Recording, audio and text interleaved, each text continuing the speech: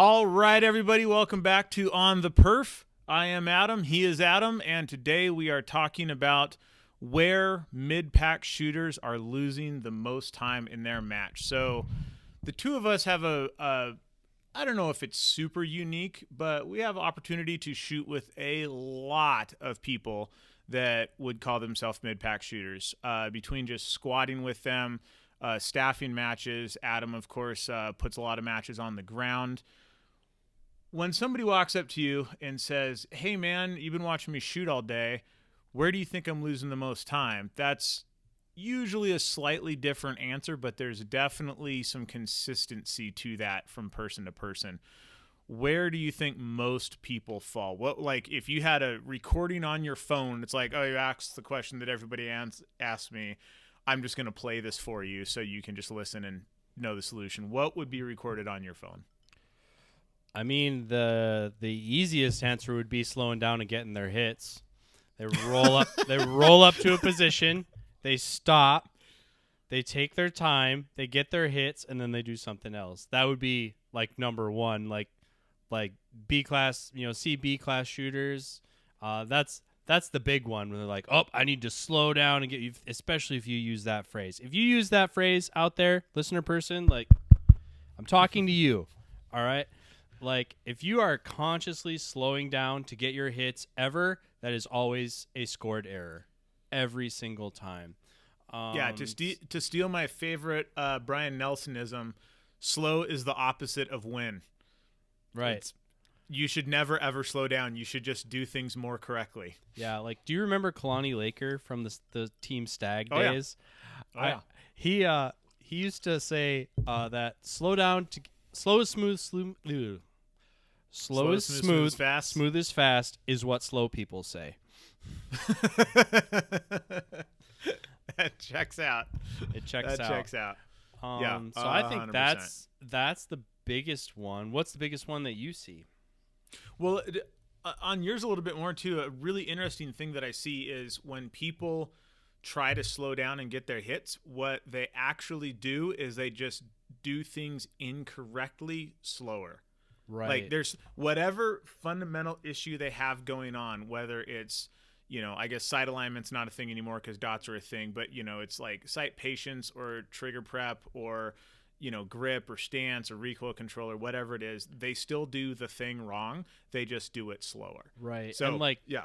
super accentuated by law enforcement. If you have any exposure to law enforcement or people who are in law enforcement, that is, if there was a thing that plagues them, it's that. It's like they are super overcommitted on precision that they can't let go. They overcommit, they overconfirm every time. Everything has 5 more steps than it actually needs to get done, and that is probably the biggest hurdle for folks like that is they are just overcommitted on the slow thing and making sure that they did every single step right. And then in a competitive world, it's that same kind of human tendency, but it's like it's kind of like a runner's high. It's like a wall that people have to break through to stop over confirming and start being like comfortable with actual throttle control. Yeah. Do you think in that world that comes from, there's no classifications, there's no competitions, there is a pass-fail shooting qualification that catastrophically punishes missing anything? I would say, and it seems like practice in general in that world, they're very against failure or rounds going where you didn't mean them to go, which I think really inhibits the learning process in general. Yeah, as an oversimplification, I think it falls into 2 categories. It's overemphasis on negative outcomes and avoiding them, being averse to that. And then the second one would be institutional inbreeding of people who don't actually know how to shoot well, teaching other people how to shoot. So it's generations and generations of people parroting what has been told to them by the person before them who didn't necessarily know what they were doing other than they were parroting what the person before them told them. And so it's this never-ending cycle of people who don't really know. It's blind leading the blind, because at the end of the day, it's kind of a cushy job for people who are kind of close to retirement. So more often than not, red shirts, firearms instructors, who fall into that job, a lot of times it's kind of a coasting into retirement job. It's not necessarily because they excel at shooting. I love so much that red shirts is only used to describe old firearms instructors and people in Star Trek who are definitely going to die. Like, that's the only two times I've ever heard that used for like any modern context outside of, like red coats. Like red shirts is a different thing than red coats. Oh yeah. And it means one of those two things, and those two things are terrifyingly close to each other. Every single, and this is not in a derogatory way, it's ironically true. Every single agency that I've encountered, they have a firearms cadre that teaches and leads their qualification process. They all have special shirts for when they're running a range. They're always red. So it's, they always, the range staff always has red shirts whenever there's a law enforcement range day going on. That's so beautiful. I would say for me, I think when people are in that territory that they're trying to slow down and get their hits, I think those strike me as the more lower tier shooters that are like, they're in their first year or their second year, depending on how hard of a learner they are, or their 10th year. Because I know a lot of shooters that have 10 years of experience, but they all seem to be 10 first years worth of experience. They're like, they don't have any, they don't get exponentially smarter or better as they go on. They just keep making the same mistakes. But I think when it comes to like what I think of like a mid-pack shooter, like the guy trying to break through to be on the box, like they're trying to break into the top 10 in 3-gun, or they're like a B-class shooter in USPSA, or even an A-class shooter in USPSA. I would say the thing where I think people leak the most time is in target-to-target transitions while shooting a stage.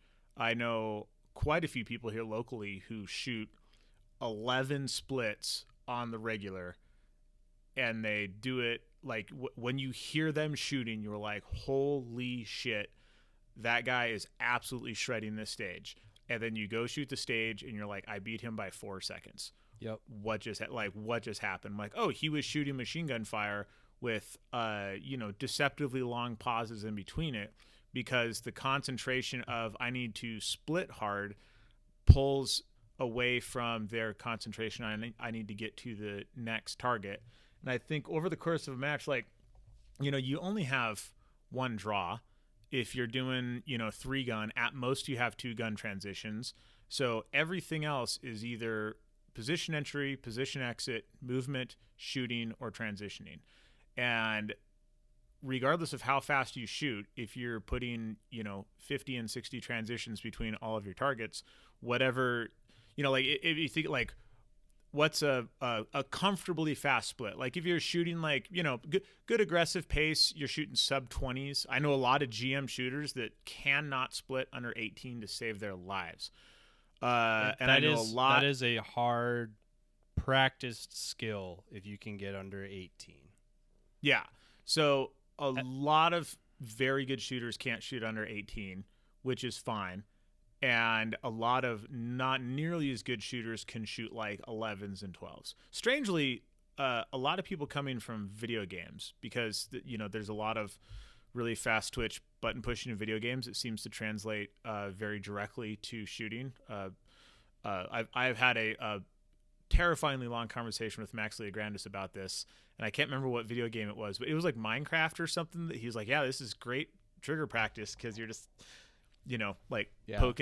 poking a key really fast.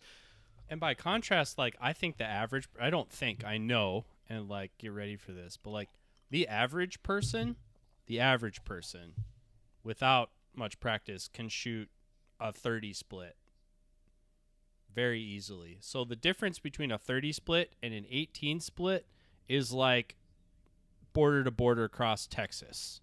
All right, there is a lot there is a lot of growth and trigger control and trigger prep and trigger refinement in there to get those split speeds, only to make up a tenth of a second. So like when Adam's talking and when you about get under 18, turning an 18 into a 15, you're only saving 300ths. Right. And so as you get faster, it's less less gain for more effort. Right. And so like what Adam's talking about here is like on an El Prez, a 3-target presentation. He's talking about someone who's at the beginner level or the intermediate level. They would shoot El Prez as bop bop, bop bop, bop bop. Whereas at a higher level, they would be bop bop bop bop bop bop. Right? So they gave up some trigger speed. They were making up a ton of time between targets. That's definitely a place where people can make up a lot of time for sure. Yeah, definitely. And I was working with somebody actually just a couple days ago, just kind of a basic. It's somebody I'd shot a match with the previous weekend, and she wanted a private class, so brought her out to the armory and just had like an hour and a half of, I'd seen her shoot the entire time, so I had a really good idea of like where time could be gained, and that was definitely. I think that was probably the biggest like low-hanging fruit on the tree for sure, which is true for like most people. And I think people really have kind of competing things going on in their head a lot when they're trying to go faster, and especially when they squad with people who split really aggressively, is that as I think when you're training yourself, you can't train splits and transitions at the same time. If you are trying to split faster, you will transition slower when you're learning how to do it, because you're focusing so much on the single target where you're like da-da, and then after all that's done you move on to the next target, where if you're transitioning really aggressively, like the millisecond that second bullet comes out of the gun, you're already shifting your eyes to the next target, and your gun's riding that recoil to the next target, kind of bump transitioning. And like myself personally, if I just shoot like an El Prez style drill where there's just 3 targets out there, the fastest runs that I have never have the fastest splits. If I shoot one with Same. like 18 splits and 23, 24 transitions, that will be the fastest. And if I shoot one with 13 splits, the transitions will always be in the 30s. And I think it's because it actually takes more effort visually to split faster, because you're locked in on one target so hard, instead of letting your eyes just kind of like bounce across. And I'm not 100% sure that's why, but I do know that is the case for me personally, and it seems to be the case for a lot of people that I've talked to. Yeah. I think another one, I thought of this one while we were talking here, the elephant in the room, having a subconscious stage plan. If a shooter is actively looking for and selecting targets and making decisions on the clock, that person is always giving up time to someone who made a stage plan and is simply executing it subconsciously. Yep. Good example of that on like long range stages in 3-gun, like long range 3-gun rifle stages. Guys, a lot of times they go to elaborate effort. I was just at the Fall Brawl in North Carolina. Guys had elaborate, because there was a ton of long range there. I mean, over half the match was long range. Guys were making range cards. They had the quarterback, football armbands. They were writing on their hands with Sharpies. They had the little range cards like clipped to their scope. They had all like their holds. PRS style. Yeah. Anybody who is actually using any of those actively, automatic, you are losing. Like, yep. The people who won those stages knew the holds off the top of their head, and they were bang, bang, bang, bang, and hit them all. If it was like, all right, what's my hold? Okay, bang, and then they look up at that card, okay, and then get down, bang, and then like, oh, what was this one? Okay, yep, bang. Like, that actively deciding, finding, searching, the old hunt and peck, on jungle runs and stuff like that. If you are hunting and pecking through a jungle run, you are maybe surviving at best. The people Yeah. who do well on those, they know where every single target is, or at least a sequence, like a choreographed sequence of how that thing's gonna play out. They have that already in their head, and they're just executing on that, versus having a conscious lack of stage plan where you're kind of doing it live. If you're doing it live, you're going backwards. Yeah, take at least 30% off of your stage. Yes. Like if I walked up to a stage and had to shoot it blind, it would be a 70% stage no matter how well I did. Yep.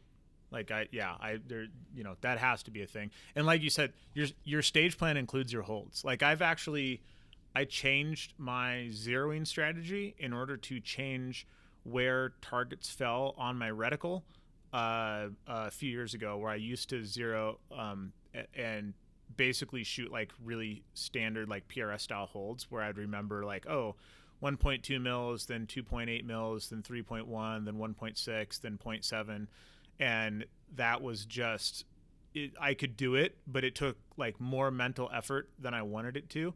And I changed my zeroing strategy to, in a way, sort of turn my mill reticle into a BDC reticle, where things kind of fell on like nice even lines. And What do so you we mean? could. So I used to run initially like a 50/200 yard zero, like everybody did, and I stopped doing that for a lot of reasons that we can talk about later. And then I changed to 100 yard zero, where everything fell in like mil increments, because none of the single or half mil increments lined up with any like 100 yard chunks. So, a 200 yard target would be like 1.7 mils, and then a 250 would be like 2.1, and they just wouldn't line up. And so what I do now is I actually I bring up my ballistics calculator, I get all the barometric pressure and all of that stuff. I zero at 100 yards. The reason I do that is because you can always zero at 100 yards, and 100 yards gives you enough distance to actually separate bullets, where I found that the 50/200 yard zero was sometimes a real thing, but more often than not, a 200 yard zero would also be a 50 yard zero, but the inverse was not true, because you're so close that your bullets don't have time to like spread out. Yeah. So I zero at 100 yards because logistically, if there's a zero bay, it's going to be 100 yards deep. And like here locally, I have 100 yards to zero at. I don't have 200 yards to zero at.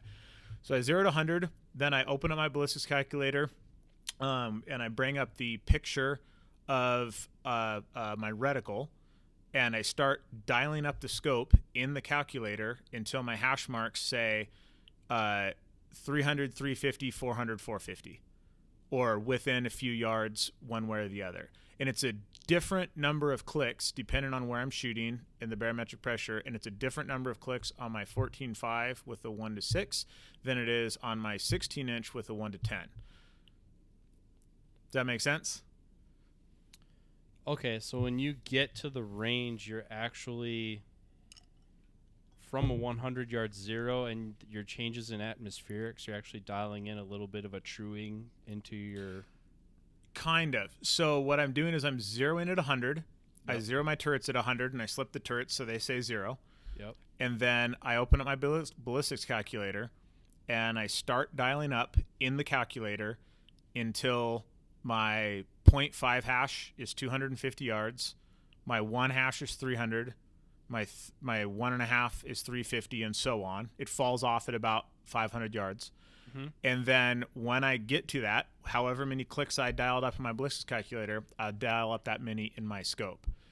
And so like right now, my scope is zeroed here for that, and it is actually like 163 yard zero, I think, something like that. Mm-hmm. And so the other thing I didn't like about a 50 to 200 yard zero is you had to hold under at things between 50 yards and 200 yards, because that's how max ord works. And at 100 yards, you might be holding like the bottom of a plate.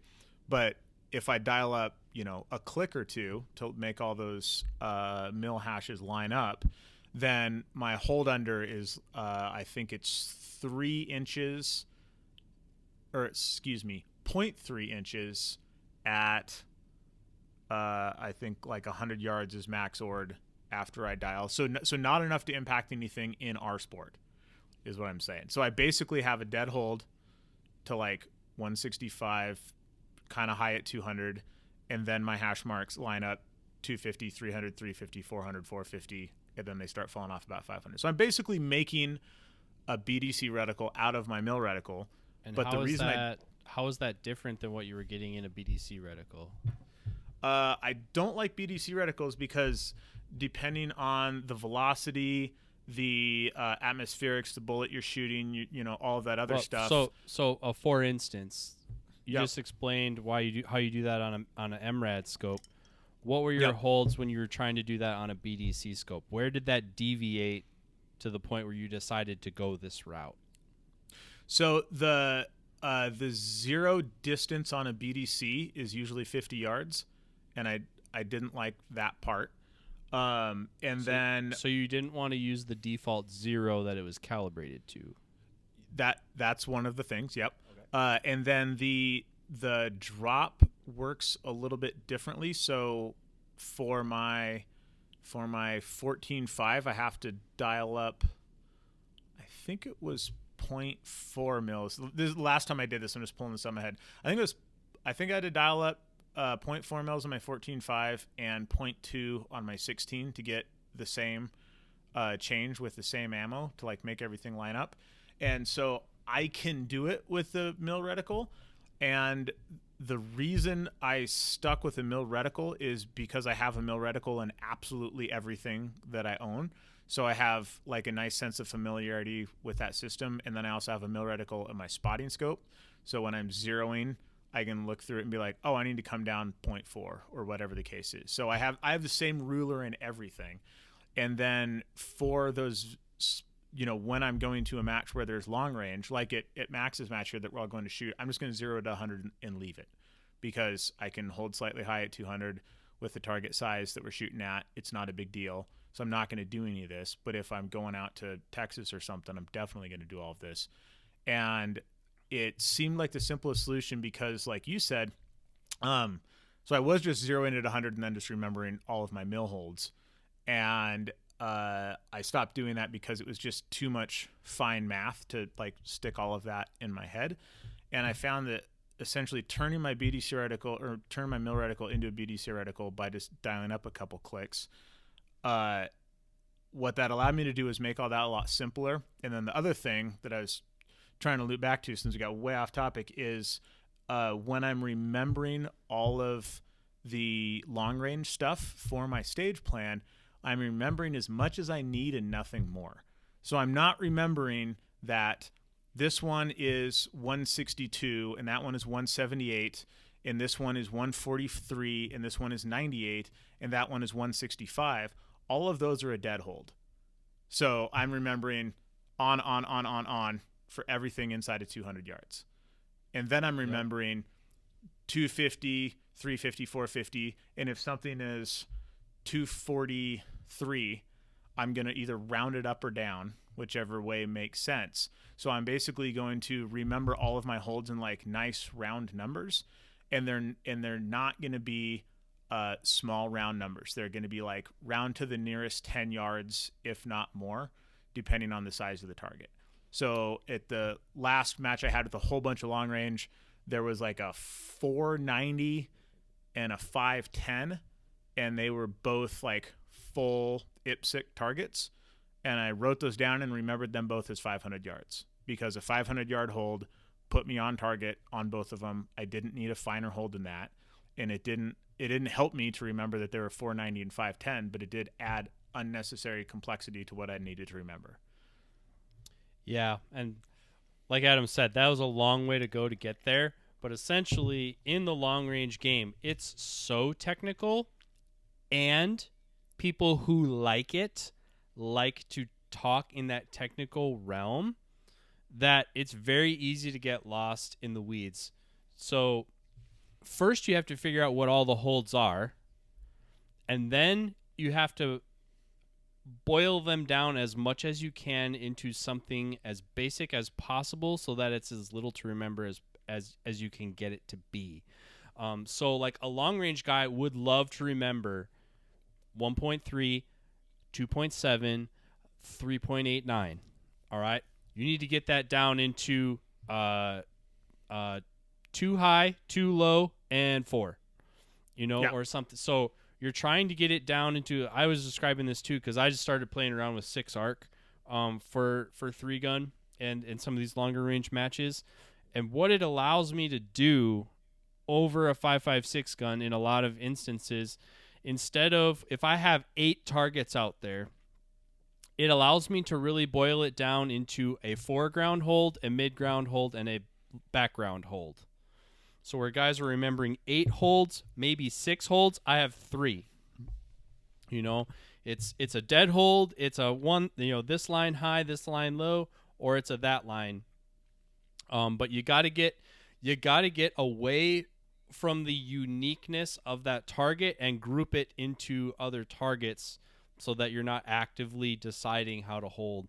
I think is what we were getting at there. But if we're talking about the 3-gun game, so much of the 3-gun game at the bigger matches is decided in long range, and long range by its very nature takes so much time in a sport that is scored by time. That is a huge place that you can cut time, and there's a lot of traps to fall into there that will cost you time if you haven't done your planning ahead of time. Yeah, big time.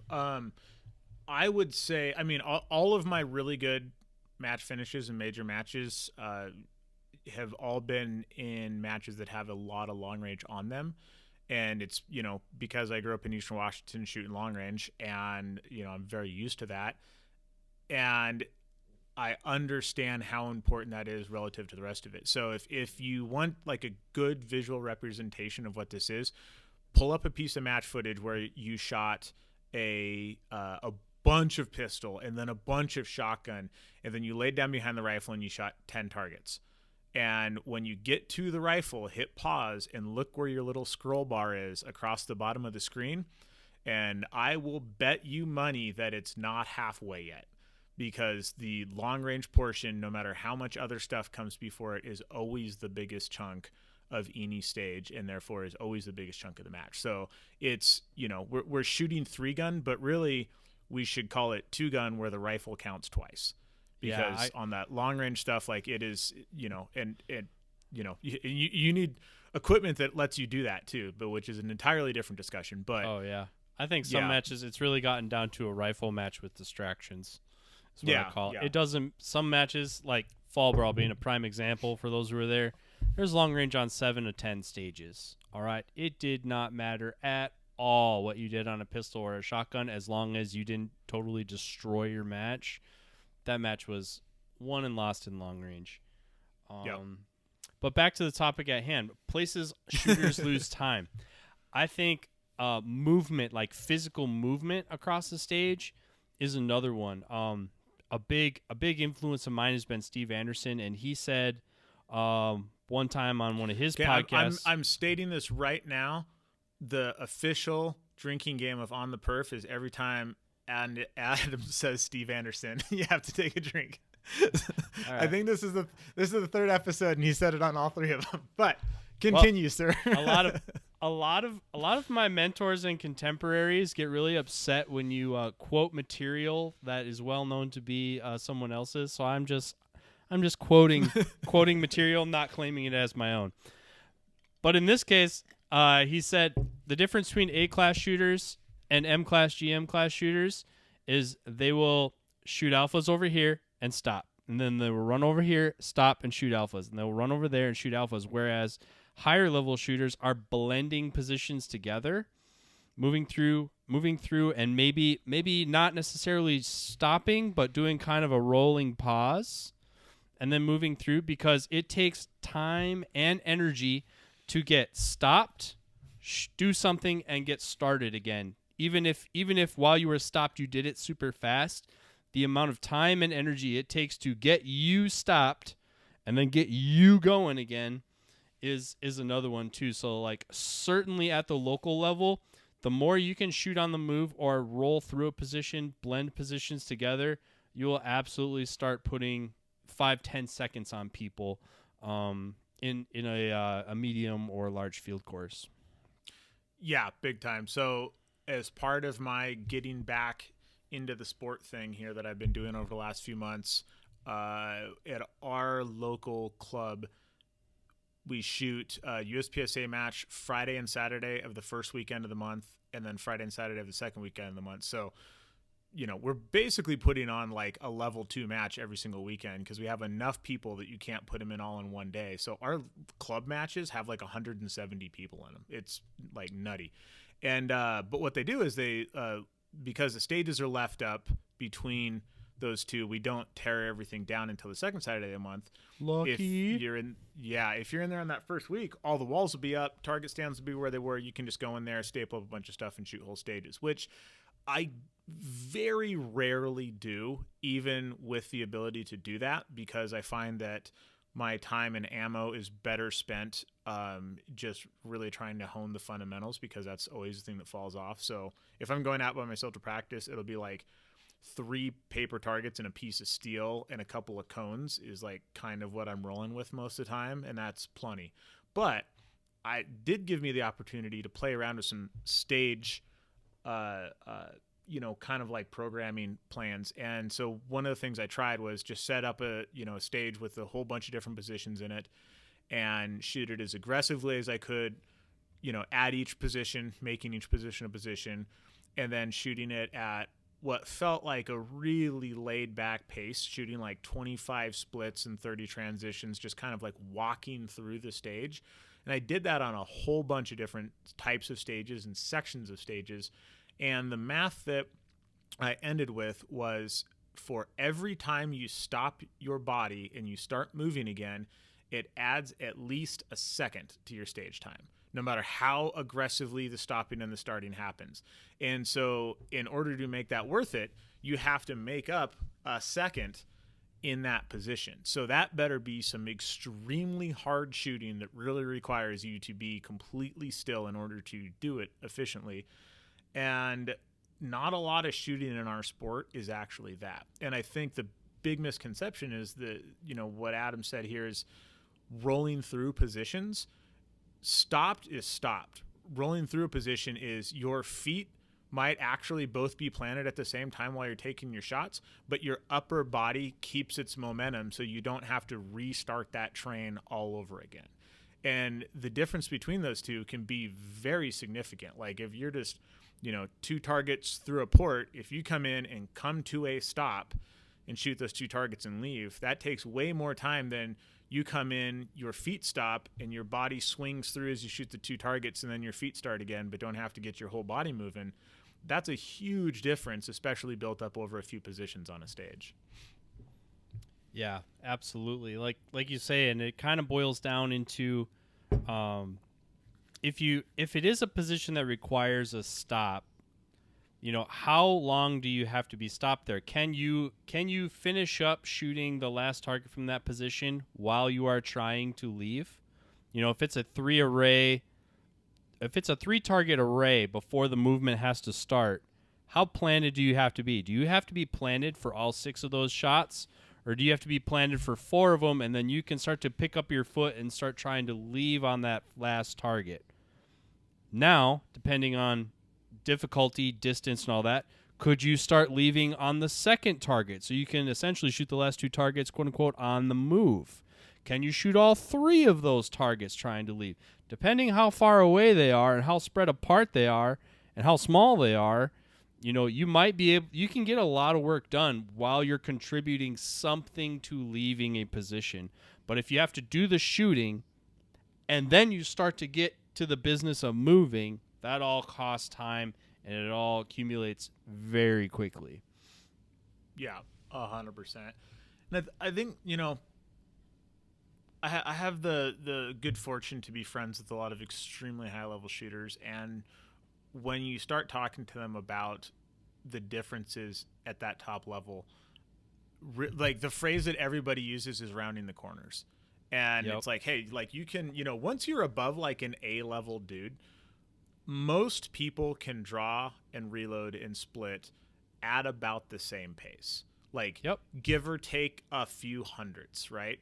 Yep. And so if you can do all of the things, then why do those other people beat you so badly when you combine all those things? That's what, well, they can make the not noisy parts a lot shorter, even if the noisy parts aren't as aggressive, right? So you hear, a lot of super high-end guys, when you hear them shoot, you're like, oh, they're just kind of like laying up because they're ahead or whatever. And then you look at the stage time and you're like, wow, that was fast.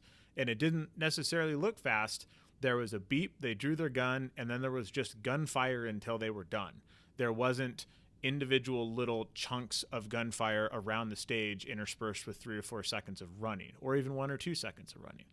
And so when you watch really, really high level, especially USPSA shooters where stages are extremely technical and, 1 foot left or right of where you want to be can really kind of like ruin your stage, because now you have to, back up and shoot through this port or whatever it is. The ability of somebody to like run to the back corner of a stage, shoot on the way in on these 2 targets, and then immediately change the direction of their body and shoot on the way out on those next 2 targets. So when they turn around to engage the targets on the left side of the stage, they're already available and they can shoot those targets on the way in, as opposed to run to the corner, shoot all the targets, leave, run to the other corner, shoot all the targets. Even if that second guy shoots way more aggressively, the first guy is going to have a shorter stage time because he used his time and his movement and his shooting time way more efficiently. Yep. I also think another one where people lose a lot of time is they fall into, I'll call them sheep traps. All right. So traps set out there for you by match directors that play to your human nature. Example, a wall that has a port in it. If there's a wall with a port in it, every instinct in your body is going to tell you to run up to that port and stick your hands through it. Even if you could shoot from that port 10 yards behind it and get the same effect, everybody and their brother is going to run up to that port, stick their hands through it. Another example is if they give you some kind of support to shoot a target, all right? If you have a 25-yard open rifle target and you put a sawhorse there for somebody to rest on, every single person is going to rest on that sawhorse, even though people wouldn't think twice. They would not think twice about ripping that shot offhand. All of a sudden, when there's a support there, they're like, there's a support. I should probably use a support. They didn't weigh at all like if the level of difficulty for that shot required support, because it absolutely takes time to get in that position, then get your sight picture, and then leave that position. Whereas if it's something that you can shoot offhand, I've shot a lot of 50, 75, 100-yard shots offhand and got serious time on people because they were falling into a sheep trap of, this was placed here, so it must be advantageous to use it. Or they don't trust their skill set enough. It's like, well, since it's here, I might as well use it. And they got the sheep tax. Yeah. They had the greatest example of this ever at the UTLE cop match here that I shot a couple months ago. C-zone target at 100 yards. You had to shoot it twice from 2 different positions. One of them was a tank trap, and the other one was a fairly jank ladder. Or you could just stand by the tank trap and shoot it, run over and stand by the ladder and shoot it and leave. And everybody in the top 10 just shot the thing offhand. And everybody that was like, oh, I don't know if I can make that shot, went over and, stuck their barrel through the ladder and then came back. A bunch of people got tangled up in the ladder. Some people fell while their gun was through the ladder and, fell onto a collapsing ladder with a gun in it, like all kinds of chaos. But the math that people didn't do, because everyone was like, I can't make that shot. I'm like, okay, can you make it in 3? Because it's going to take at least that many shots worth of misses to take the same amount of time as running over there, putting your barrel through the ladder, getting in a solid position behind the ladder, doing all of the stuff. I'm like, in my mind, I was like, I can shoot 3 misses on each of these positions before I am behind from shooting it offhand. And I can definitely hit that thing in 4 shots. So, like at that point, the math gets really easy, but person after person, you'd see them step up and do it that way. And I'm, down the list and I'm like, guys, I've seen you all shoot. I know you're good enough to do this. Please stop throwing away time. Just stand there and do it. It has a double-edged effect because one, you are gaining the advantage of not falling into the trap. The second advantage you get is the intimidation factor of other people seeing you do it, and they're like, "Holy crap! He just forewent the aid and did like."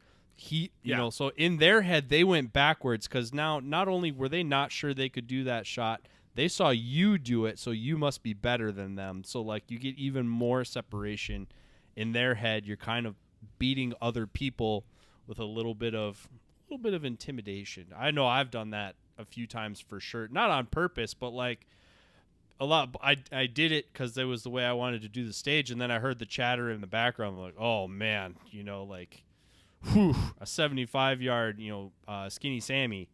Like, well, wasn't that hard? Yeah, and I even missed a couple times, but yep. Like you say, I mean, sometimes you have to look at things in terms of how many times can I miss before the option B becomes advantageous. That's exactly it. That is the piece of math that I use every time there's one of those where it's not whenever it is, like even outside 100 yards. I mean, like I've been at plenty of matches where there's a 200-yard target, but it's a full-size IPSC target at 200 yards from a prone position where you can just stand there. And I'm like, how long is it going to take me to go prone, find the target, squeeze off a shot, stand back up, and leave? That's like 5 shots worth of offhand shooting. Oh, yeah. Maybe even more, right? And like, as Jerry Michalik says, sometimes you just got to stand there on your hind legs and shoot it like a man. Yep. Well, and also Jerry Michalik, he said what I latched on to is if you can hold something, it can hold you too. So like going up to get support off a wall or taking a rest off of something, if you can rest on it, it can hold you as well. So like it's a very, very much action reaction type thing. Yeah. And then like the miss equation, that's a lot of times that's something I figure like when you're faced with a shotgun versus pistol decision, like you have option targets, and me being a strong shotgun shooter, I'm always very tempted to shoot the shotgun, but a lot of times the decision comes down to, well, how many times can I miss with a pistol before a capacity restricted option loses value, because a lot of times you can miss a lot with a pistol and stuff another 23 round mag into it and miss some more, versus what you can do with some of the other platforms. So yeah, thinking in terms of how many misses you can afford is another way to help make some of those decisions. Yeah, definitely. And I mean, it's been a while since I've shot a tube gun and paid attention, but the last I recall, if I could put in a 2-second quad load, that was like a basement, ripping as fast as I can level quad load, which is never what you actually do in a match. So I'd say 2.5 seconds for 4 rounds. That's a lot of missing with a pistol before you're eating up, shoving 4 more rounds in a shotgun. Yeah. Yep, for sure. What other low-hanging fruit do you see people really? Well, I don't know. The movement thing, I don't know, is really low-hanging fruit. That actually does take quite a bit of work, but things like just doing the math and trusting yourself, that's pretty significantly easier to do.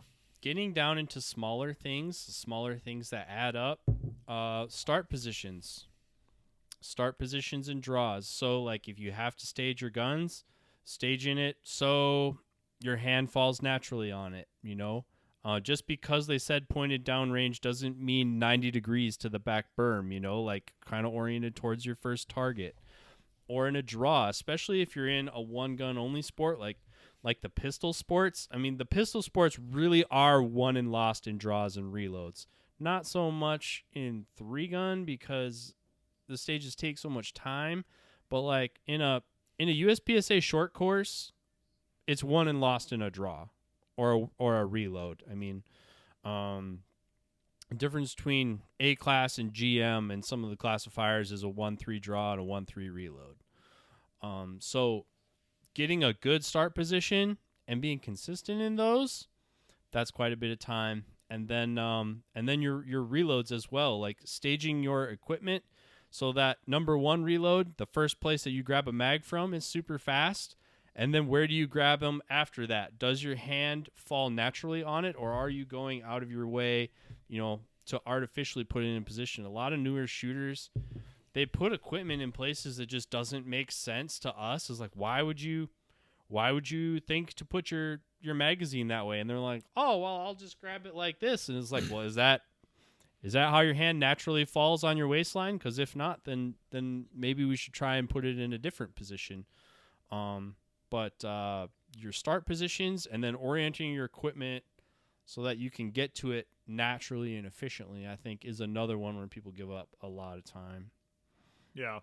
I have a pet peeve that I've developed recently. It doesn't have anything to do with your actual performance on a stage, but I think it is it's a reflection of your performance. Do you ski at all?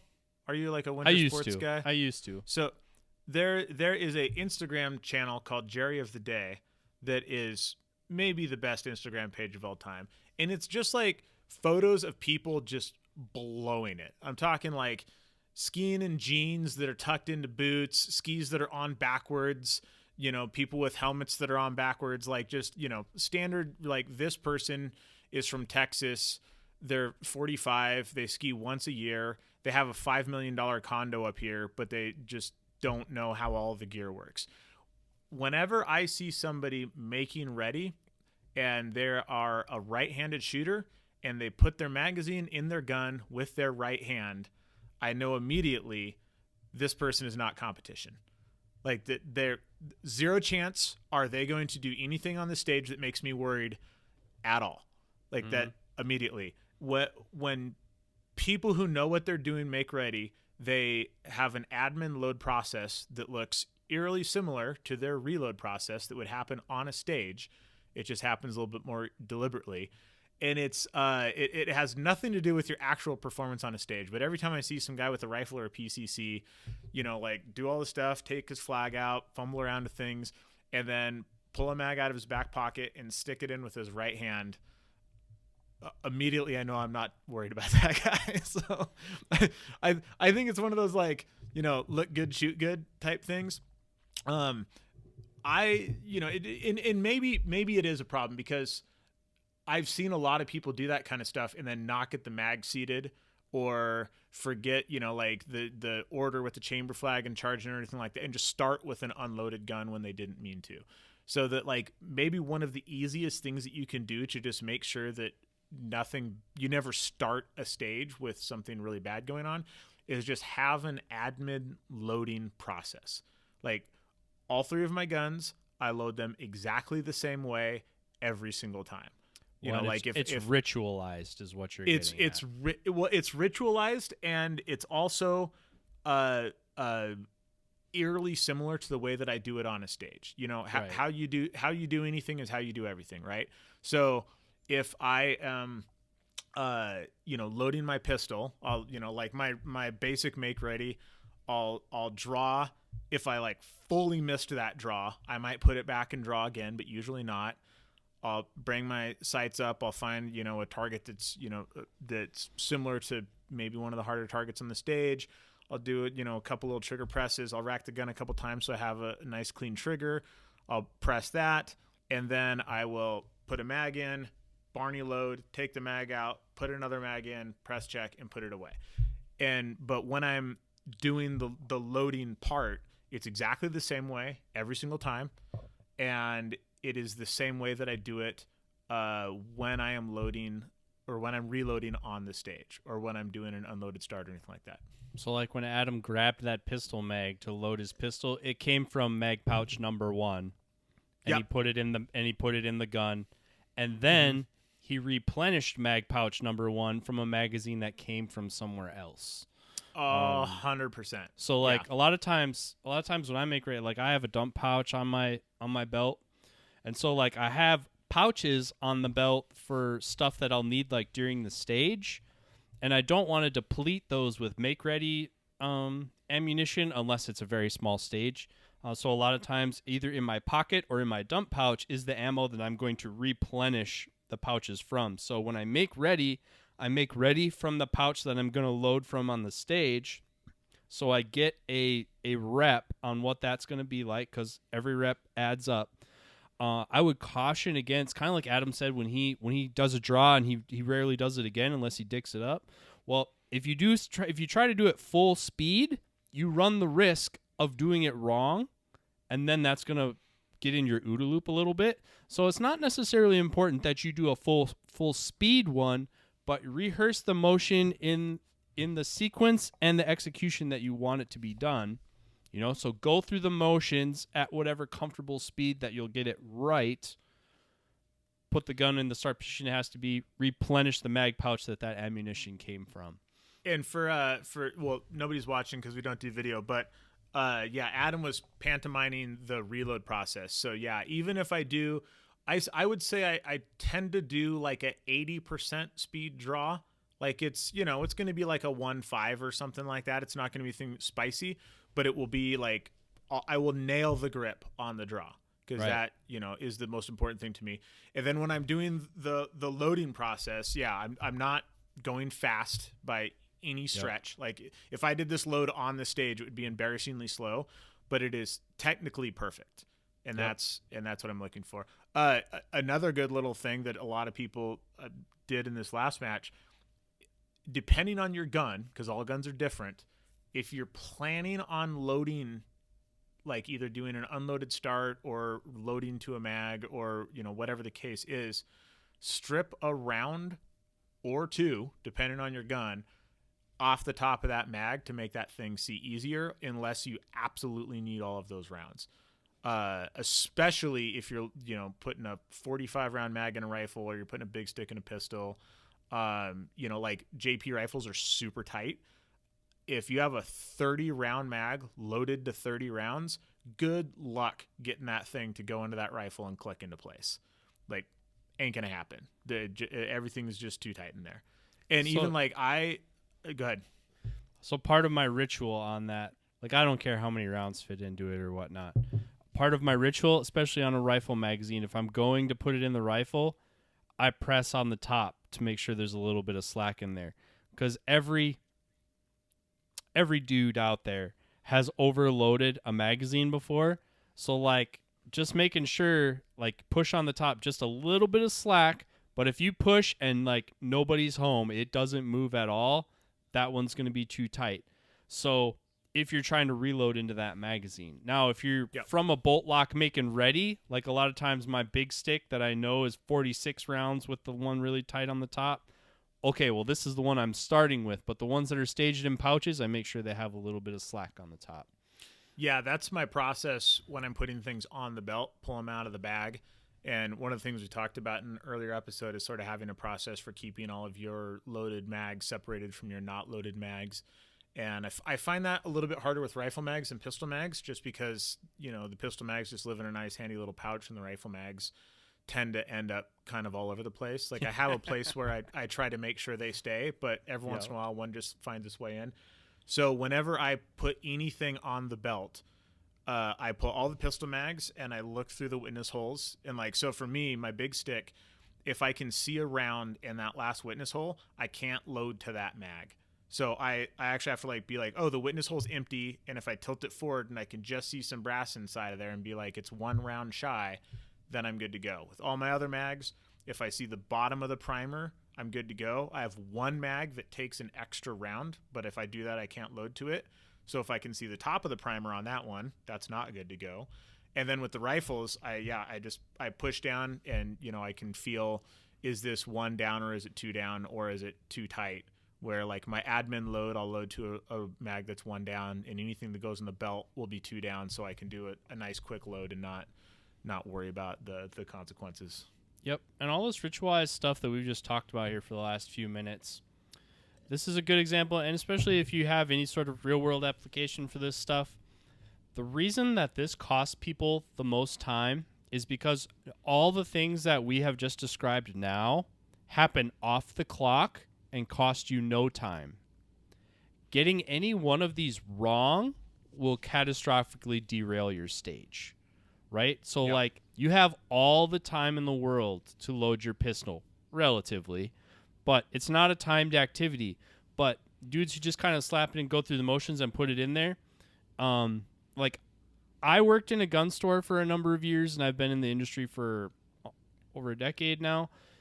I know what a gun sounds like when it racks to an empty chamber versus when a round goes in there. You might not be at that level. However, it costs you nothing to check. But if you say, "Are you ready?" Yep, okay, beep, and you come up to a click, or you come up and your mag falls out, that costs you a ton of time.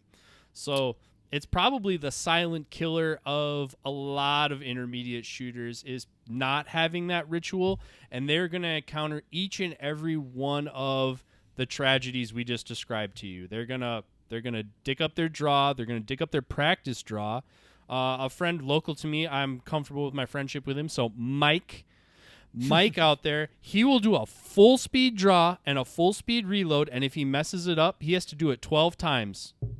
Like during make ready before he's like ready. He will rep that reload that he just screwed up because he tried to do it full speed and he didn't get it right. And that totally throws off his head, and that stage is going to be trash before they even beep him. I just know. He's getting better, but it's he will have that instance. Same thing. Bringing ammo from strange places, putting ammo or mags in there that are not fully charged, overstuffing rifle magazines, overcomplicating your long range holds, like not ritualizing all this stuff so that once the shot timer goes, it's subconscious. That is the silent killer of it all, of not doing your homework ahead of time. Is a huge time killer because it's what results in all these things that really do cost you time. Yeah, 100%. And I would say the reason that I, speaking for myself anyways, the reason that I have these very ritualistic starting processes and holds and everything else is because I have catastrophically messed up all of them or enough of them to see the ones that I was going to mess up if I kept doing things the way that I was going to do. I'm imagining Adam's the same. I've drawn a gun and had to go click. I've mounted a rifle and had the mag fall out. I've mounted shotguns that, something happened to it and it wasn't loaded correctly. All of these things have happened to us. And so when something like this does happen to you, whatever it is, if something goes catastrophically wrong on a stage, figure out how to make that thing never happen again.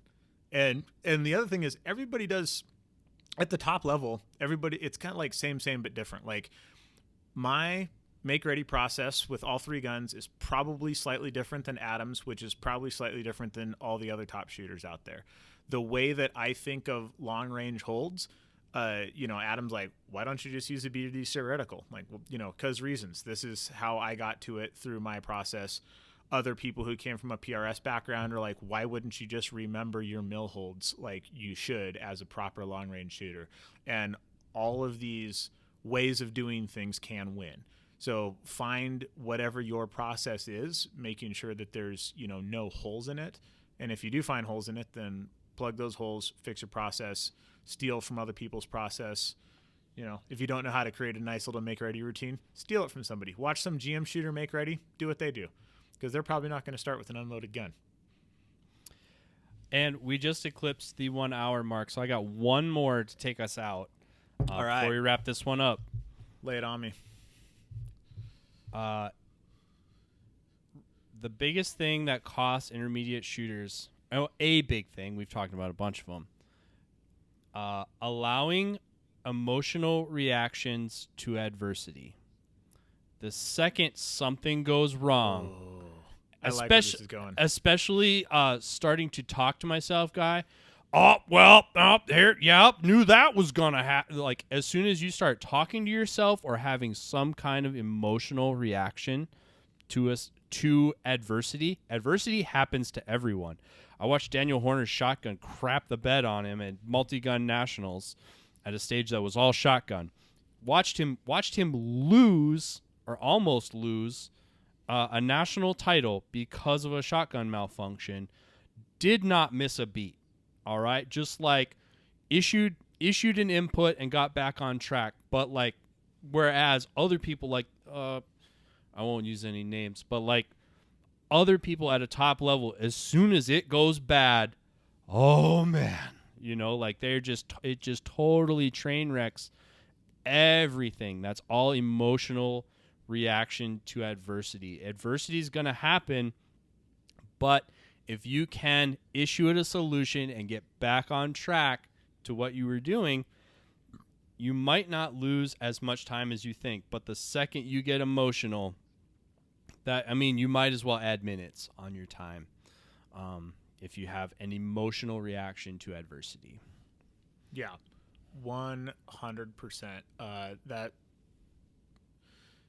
Didn't even think about that, and that is actually, I think, one of the biggest killers, especially when people start getting into that place where they can find themselves on the box. Like, you start shooting well enough that you're like, woo, if I really put together a few more here, I can, I might be standing up there in front of everybody at the end of this match. And I think there's a difference. I've had certainly a couple matches where enough things have happened on enough stages where after a stage I've had emotional reaction for sure. Oh yeah. But oh, yeah. I don't do it while I'm shooting. Like, yep. you get done all the way through unloading all of your guns, then sure, whatever your personality is, let it out. But after you tap approve, you got 5 minutes. Exactly. Yeah, you get the shooting part done first. I have let out some F-bombs mid-stage, but if you watch the stage with the sound off, you'd never know that I did anything wrong. So that's, that can definitely be a thing. But yeah, I 100% agree. Like, man, I've seen this so many times. This has never even occurred to me as something to talk to somebody about, like when they're in a class or something, but I have seen this so many times. I see it on a weekly basis. Guys, they're just stuck in B class, and as soon as it goes bad, they'll be crushing. I mean, these guys have guys who have master level skills. Yep. But man, one little thing happens and they gone. It's like, oh man, you had a good run going, buddy. And sorry. Better luck next time. See you next Tuesday. We have crested our hour. Adam, you want to sign us off, buddy? This is On the Perf, and we'll see you next time.